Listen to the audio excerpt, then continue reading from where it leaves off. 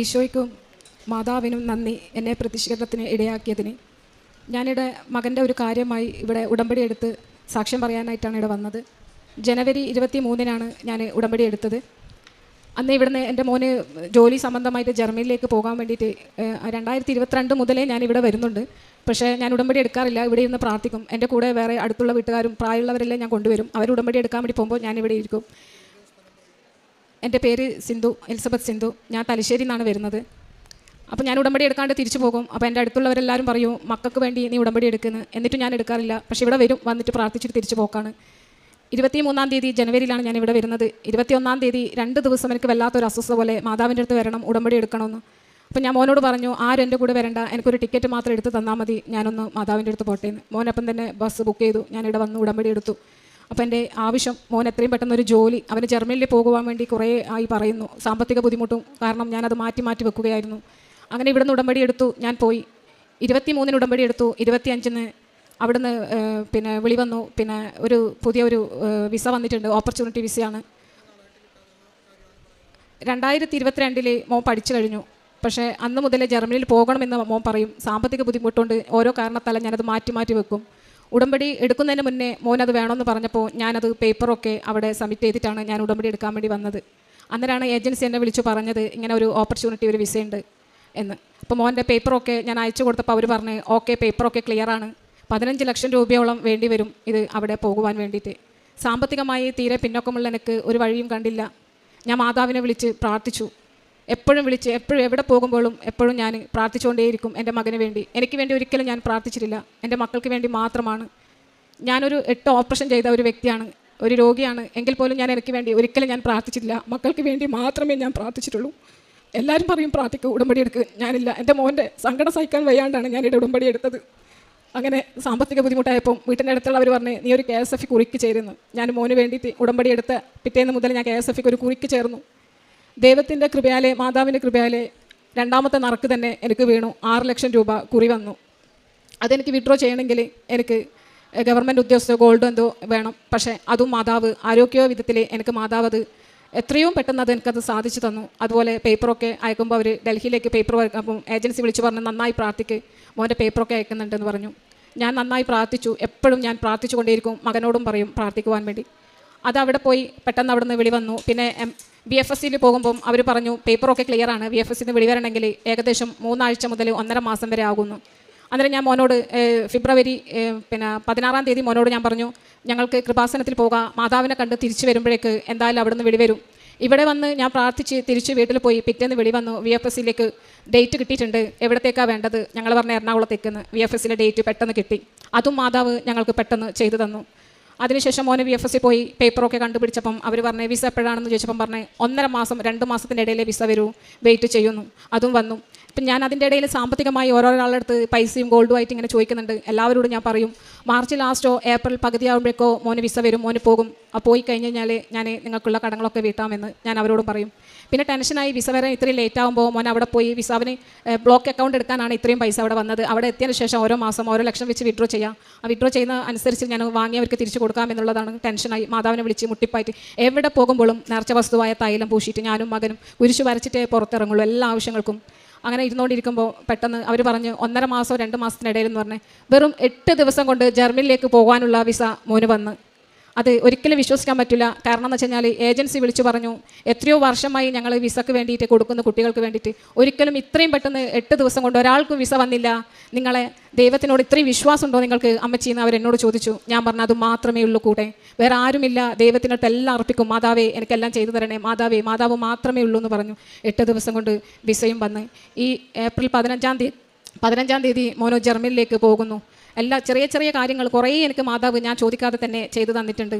പിന്നെ പ്രേക്ഷക പ്രവർത്തനമായാലും എല്ലാം ഞാൻ ചെയ്യലുണ്ട്. പത്രം വാങ്ങും, കൊടുക്കും. പക്ഷേ ഞങ്ങളവിടെ ക്രിസ്ത്യാനികൾ മാത്രം താമസിക്കുന്ന ഒരു ഏരിയയാണ്. തൊട്ടടുത്ത് എല്ലാവരും കൃപാസനത്തിൽ വരുന്നവരാണ്, എല്ലാവരും പത്രം വിതരണം ചെയ്യുന്നവരാണ്.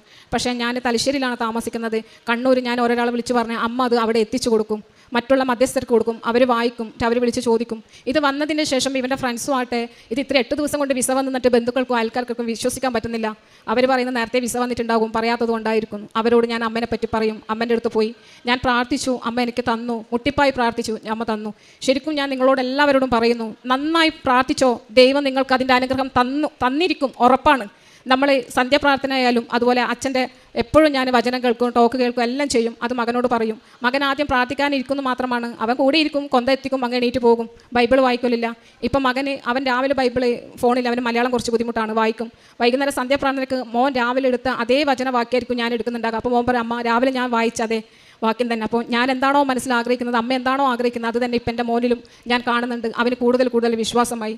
ഇപ്പം നേർച്ച വസ്തുക്കൾ എവിടെ പോകുമ്പോഴും ഞാൻ മാതാവിനെ വിശ്വാസ പ്രമാണം ചൊല്ലി തൈലം പൂശാണ്ട് ഞാൻ എൻ്റെ മകനോ ഞാനോ വീട്ടിലേക്കല്ല. ഓരോ ആവശ്യങ്ങൾക്കും ഓരോ ഘട്ടത്തിലും പോകുമ്പം വിശ്വാസ പ്രമാണം ചൊല്ലി കുരിശു വരച്ച് തൈലം പൂശി അവനോട് പറയും, നീ എവിടെ പോയാലും അകത്ത് കയറുമ്പോൾ വിശ്വാസ പ്രമാണം ചൊല്ലി മാത്രമേ നിൻ്റെ വായു ബാക്കിയുള്ള കാര്യത്തിന് ഉപയോഗിക്കാൻ പാടുള്ളൂ. ആദ്യം എല്ലാത്തിനും വിസക്ക് പോകുമ്പോഴും എല്ലാത്തിനും ഞാൻ ഈ തൈലം പൂശിയിട്ട്, അതുപോലെ അവിടെ നിന്ന് പറഞ്ഞു പാസ്പോർട്ട് വന്നിട്ടുണ്ട്, വന്ന് വാങ്ങിക്കാൻ വേണ്ടിയിട്ട് വീട്ടിൽ നിന്ന് ഇറങ്ങുമ്പോൾ മെഴുകുതിരി കത്തിച്ചു, തൈലം പൂശി ഞാനും മോനും പ്രാർത്ഥിച്ചു ഇറങ്ങി. അത് കൊറിയർ വാങ്ങി വന്ന് അതിൽ ഞാൻ തൈലം പൂശി പ്രാർത്ഥിച്ചു കഴിഞ്ഞ് മാത്രമേ ഞാൻ ഓപ്പൺ ചെയ്തിട്ടുള്ളൂ. നോക്കുമ്പോൾ അതിനകത്ത് വിസ അടിച്ചു വന്ന് 8 ദിവസം കൊണ്ട് റിട്ടേൺ വന്നപ്പോൾ ഞങ്ങൾക്കെല്ലാം ടെൻഷനായിരുന്നു. എനിക്ക് ടെൻഷൻ ഉണ്ടായില്ല, കാരണം മാതാവ് തരുമെന്ന് ഞാൻ വിശ്വസിച്ചു. മോനും എൻ്റെ ഒരു മോളും കൂടിയുണ്ട്, അവളും കൂടി പറഞ്ഞു, അമ്മ 8 ദിവസം കൊണ്ട് പാസ്പോർട്ട് മടങ്ങി വന്നോ, ഇത്ര പെട്ടെന്ന് എത്തിയോ, വിസ ഉണ്ടാകുമോ എന്നുള്ള ടെൻഷനായി. മോന് വളരെയേറെ ടെൻഷനായി. ഞാൻ പറഞ്ഞില്ല, മാതാവ് വിസ അടിച്ചിട്ട് തിരിച്ചു വിട്ടതാണ്, വിസ ഉണ്ട് തന്നെ ഞാൻ പറഞ്ഞു. പ്രാർത്ഥിച്ചു, കുരിശ് വരച്ചു, തൈലം പൂശി തുറന്ന് ഓപ്പൺ ചെയ്ത് നോക്കിയപ്പോൾ വിസ അടിച്ചു. ദൈവത്തിന് മാതാവിന് ഒത്തിരി നന്ദി. എൻ്റെ ജീവിതമാകട്ടെ കുറേ മാറി. സന്ധ്യാപ്രാർത്ഥന 6:30 മണിയാകുമ്പോൾ മോൻ ചോദിക്കും, അമ്മ പ്രാർത്ഥിക്കുന്നില്ലേ, അല്ലെങ്കിൽ പ്രാർത്ഥന എന്ന് പറയുമ്പോൾ പറയും കുറച്ച് കഴിയട്ടെ എന്ന് പറയുന്ന മകനാണ്. 6:30 മണിയാകുമ്പോൾ തന്നെ ഞങ്ങൾ പ്രാർത്ഥനയ്ക്ക് ഇരിക്കും. എല്ലാ ഞായറാഴ്ചയും മുടങ്ങാണ്ട് ഞങ്ങൾ വിശുദ്ധ കുർബാനയ്ക്ക് പോകും. ഒരിത്തിരി ദൂരമാണ് പള്ളിയായിട്ട്, എങ്കിലും ആഴ്ചയിൽ 2-3 കുർബാന ഞാൻ കൂടാറുണ്ട്. മോൻ ആഴ്ചയിൽ 1 ദിവസം പോലും മുടക്കാറില്ല. 2 ആഴ്ച കൂടുമ്പോൾ ഞാൻ കുമ്പസാരിക്കും. ഇത്തിരി ദൂരമായതുകൊണ്ട് ചില സമയം 9:15 പള്ളി തുടങ്ങുമ്പോൾ കറക്റ്റ് 9:15 ആവും. പക്ഷേ എന്താണെന്നറിയില്ല, അച്ഛൻ എനിക്ക് വേണ്ടി അവിടെ വെയിറ്റ് ചെയ്യുന്ന പോലെ ഇരിക്കും. കുമ്പസാരിക്കാനുള്ള ടൈം എനിക്ക് അച്ഛൻ തരും. എൻ്റെ കുമ്പസാരം കഴിഞ്ഞ് എണീറ്റാലേ അച്ഛൻ അൾത്താരയിൽ കയറുള്ളൂ. അതും മാതാവിൻ്റെ അനുഗ്രഹം. അല്ലെങ്കിൽ ഞാനത് പോയി തിരിച്ചു വന്ന് പിന്നെയും പോകണം. കുറച്ച് ദൂരമാണ്, ഞാൻ തലശ്ശേരിയിലാണ്, മാഹി പള്ളിയിലാണ് ഞാൻ പോക്ക്, കുറച്ച് ദൂരമുണ്ട്. എങ്കിലും എല്ലാ അനുഗ്രഹവും മാതാവ് തന്നതിന് ഞാൻ 1 കോടി നന്ദി മാതാവിന് ഞാൻ ഈ സമയത്ത് പറയുന്നു, എന്നെ പ്രതിഷ്ഠണത്തിന് ഇടയാക്കിയതിന്. പിന്നെ മോനാണ് എല്ലാ പാവങ്ങൾക്കാർക്കും ആർക്കായാലും പൈസ കൊടുക്കില്ല, ഭക്ഷണം ചോദിച്ചറിഞ്ഞ് അവർക്ക് വാങ്ങിച്ചു കൊടുക്കും, എല്ലാം ചെയ്യലുണ്ട്. പത്രങ്ങൾ വിതരണം ചെയ്യും. ഞാൻ പറഞ്ഞില്ലേ, എല്ലാം നമ്മളെ ക്രിസ്ത്യാനികളായിട്ട് എല്ലാവരും കൃപാസനത്തിലെ മാതാവിൻ്റെ അടുത്ത് വരുന്നവരാണ്. എങ്കിലും ഞാൻ ആ പത്രം തലശ്ശേരിയിൽ നിന്ന് കണ്ണൂരും അങ്ങനെ എൻ്റെ അമ്മ വഴിയായാലും ഞാൻ അവിടെ എത്തിക്കാറുണ്ട്. മാതാവിന് 1 കോടി നന്ദി എന്നെ പ്രതിഷ്ഠരണത്തിന് ഇടയാക്കിയതിന്. ഈശോയോട് മാതാവിനോട് ഒരുപാട് നന്ദി പറയുന്നു. ഞാൻ ഒരിക്കലും നടക്കുമെന്ന് വിചാരിക്കാത്ത കാര്യമായിരുന്നു. ഇവിടെ വന്നപ്പോൾ പെട്ടെന്ന് നടന്നത്, എൻ്റെ വിസ പെട്ടെന്ന് ശരിയായി. അതുപോലെ എൻ്റെ വിശ്വാസവും പ്രാർത്ഥനയും വർദ്ധിച്ചു. അതിന് ഞാൻ മാതാവിനോട് നന്ദി പറയുന്നു. ജോബിൻ്റെ പുസ്തകം 8-ാം അധ്യായം 5-6 തിരുവചനങ്ങൾ. നീ ദൈവത്തെ അന്വേഷിക്കുകയും സർവ്വശക്തനോട് കേണപേക്ഷിക്കുകയും ചെയ്താൽ, നീ നിർമ്മലനും നീതിനിഷ്ഠനുമാണെങ്കിൽ അവിടുന്ന് നിശ്ചയമായും നിനക്ക് വേണ്ടി ഉണർന്നെഴുന്നേൽക്കും. നിനക്ക് അവകാശപ്പെട്ട ഭവനം അവിടുന്ന് നിനക്ക് സമ്മാനിക്കും. എലിസബത്ത് സിന്ധു എന്ന ഈ സഹോദരിയും മകൻ്റെ വിദേശത്തേക്കുള്ള പഠനവും ജോലിക്കും വേണ്ടി പ്രത്യേകമാവിധം അമ്മ മാതാവിൻ്റെ തിരുനടയിൽ ഉടമ്പടി എടുത്ത് ജീവിച്ചതിലൂടെ സമയച്ചുരുക്കത്തിൽ അമ്മ മാതാവ് എല്ലാ ഭാരങ്ങളും കുറച്ചുകൊടുത്ത് വിദേശത്ത് പോകുവാനുള്ള വഴികൾ മകന് തുറന്നു കൊടുത്തതിൻ്റെ സന്തോഷം സ്നേഹത്തോടും നന്ദിയോടും കൃപാസന മാതാവിൻ്റെ തിരുനടയിൽ സാക്ഷ്യപ്പെടുത്തുകയാണ്. സഹോദരി പറയുന്നുണ്ട്, 2022 മുതൽ ഈ ആലയത്തിൽ പ്രാർത്ഥനയ്ക്ക് വേണ്ടി വരുന്നുണ്ട്. അപ്പോഴൊന്നും ഉടമ്പടി എടുക്കുവാൻ അങ്ങനെ തോന്നുന്നില്ല. പിന്നീട് 2025 ജനുവരിയിലാണ് മകൻ കുറച്ച് നാളായി പഠിച്ച് പാസ്സായി നിന്നിട്ട് വിദേശത്ത് പോകുവാനാവാതെ തടസ്സങ്ങൾ മാത്രമുള്ളപ്പോൾ, സാമ്പത്തിക ഞെരുക്കത്താൽ കുടുംബം മുന്നോട്ട് പോകുവാനാവാതെ, മകൻ്റെ കാര്യങ്ങളൊന്നും ചെയ്തു കൊടുക്കാനാവാതെ വിഷമിച്ചപ്പോഴാണ് 2025 ജനുവരിയിൽ വന്ന ഉടമ്പടി എടുക്കുന്നത്. ഉടമ്പടി എടുക്കുമ്പോഴും പ്രത്യേകിച്ച് എങ്ങനെ വഴികൾ തുറക്കപ്പെടുമെന്നൊന്നും അമ്മയ്ക്കറിയില്ല. എങ്കിലും ഉടമ്പടി എടുത്ത ദിവസം മുതൽ പൂർണ്ണ വിശ്വസ്തതയിൽ ഉടമ്പടി പ്രകാരം ജീവിക്കുവാൻ തീരുമാനിക്കുമ്പോൾ അതെങ്ങനെ ഈ ചുരുക്കം നാളുകൾക്കുള്ളിൽ 3 മാസങ്ങൾക്കുള്ളിൽ മകന് വിദേശത്ത് പോകുവാനുള്ള അവസരമായി തീർന്നുവെന്ന് സാക്ഷ്യപ്പെടുത്തുന്നുണ്ട്. അതിൽ ആദ്യത്തേത് പറയുന്നതിൽ ഒരു ചിട്ടി ലഭിച്ചതിനെക്കുറിച്ചാണ്. ചിട്ടി ചേർന്നു, ഒത്തിരി പേരുള്ള ചിട്ടി, ഒത്തിരി നാളായി അത് തുടങ്ങുവാൻ വേണ്ടി പരിശ്രമിച്ച് താമസിച്ച് തുടങ്ങിയ ഒരു ചിട്ടി. അതിൻ്റെ 2ാമത്തെ തവണ തന്നെ ഉടമ്പടി എടുത്തതിൻ്റെ പിറ്റേ മാസം ആ കുടുംബത്തിന് ചിട്ടി ലഭിക്കുകയാണ്. അത് സാമ്പത്തികമായി മകനൊരു വഴി തുറക്കുന്ന അവസരമായിരുന്നു. എന്നാൽ ചിട്ടിയുടെ പണം കിട്ടണമെങ്കിൽ അതിന് പറ്റുന്ന ഡോക്യുമെൻ്റ്, ഗോൾഡ്, അത് അവിടെ കൊടുക്കേണ്ട ആവശ്യമുണ്ട്. അത് എങ്ങനെ ഒപ്പിക്കും?